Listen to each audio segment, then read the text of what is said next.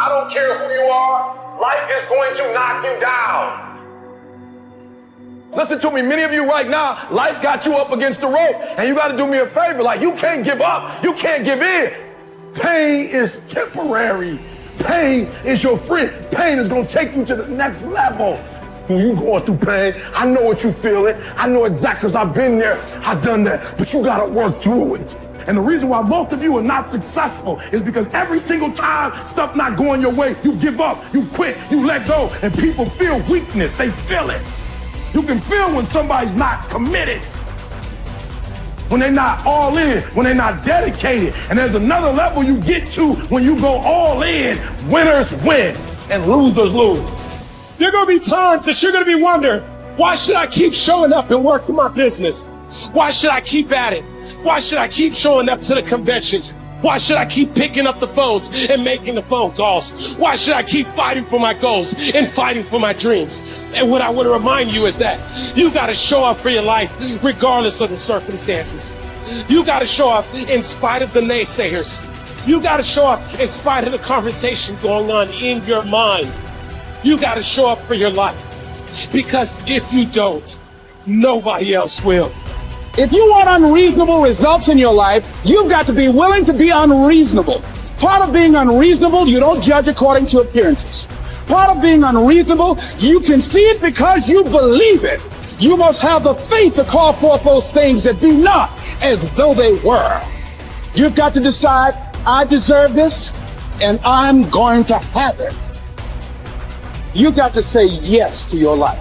You've got to say yes. Yes to my dreams. Yes to me. Yes, I can make it.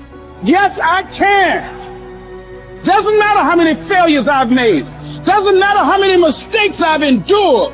Doesn't matter about my defeats. Doesn't matter about what I've done. Yes, yes. I don't care about the fact I'm in a hole now. Doesn't matter about where I am. The last chapter to my life has not been written yet. If you judge me now, you'll judge me prematurely. I'm still in the process of transforming my life. I'm still in the process of becoming. Yes. The brilliance of Thomas Edison was not in his mind. It was something much more ordinary and often much less respected. I've got no imagination, he once said. I never dream. I've created nothing. If you're someone who doesn't like Edison, you might think that this is Edison admitting to stealing his inventions from other, more brilliant inventors, like Nikola Tesla. Not quite, but he did readily concede that most of the credit belonged to something other than his brain. The genius hangs around his laboratory day and night, Edison said. If anything happens, he's there to catch it. If he wasn't, it might happen just the same. Only it would never be his. What he's talking about is showing up. The incredible, underrated power of clocking in every day, putting your ass in the seat, and the luck this seems to inevitably produce. Edison lived in his laboratory and never missed a day. Like Gehrig, even when he was sick, when he was tired, or when visited by tragedy or disaster. The modern conveniences we can trace to his lab then owe far more to his body than his brain, to the compounding power of consistency rather than sheer brilliance. It wasn't about inspiration. It was about getting to work, show up and try.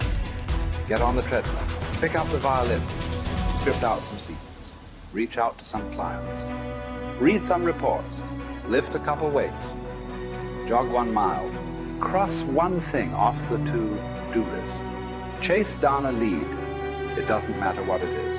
All aspects of our life benefit from this circumscribed kind of discipline. Just as long as you do something every day, that is the important thing. Show up. When you're tired, when you don't have to, even if you have an excuse, even if you're busy, even if you won't get recognized for it, even if it's been kicking your ass lately, once something is done, you can build on it. Once you get started, momentum can grow. When you show up, you can get lucky. Is this still hard? Yes. But the good news is that because it's hard, most people don't do it. They don't show up. They can't even do one tiny thing a day. So So yes, you're alone out there on the track in the rain. You're the only one responding on Christmas. But having the lead is, by definition, a little lonely. This is also why it's quiet in the morning. You have the opportunities all to yourself. Don't worry about setting any records. Just report for duty. No excuses. And here's the irony. This is also a way to break records. Consistency is a superpower. Day to day, willpower is incredibly rare. Lowell Gettrig was a solid position player and a good hitter. But his success really was rooted in the fact that he didn't miss many days of work. It's quite likely that had he continued at his normal pace and not been stricken with R's, that he would have put up career numbers that surpassed Babe Ruth. Gettrig wasn't just able to show up despite injuries and fatigue. He also had to push through ennui, doubt, and just plain not feeling it. He had slumps like we all do, but he also understood what they meant.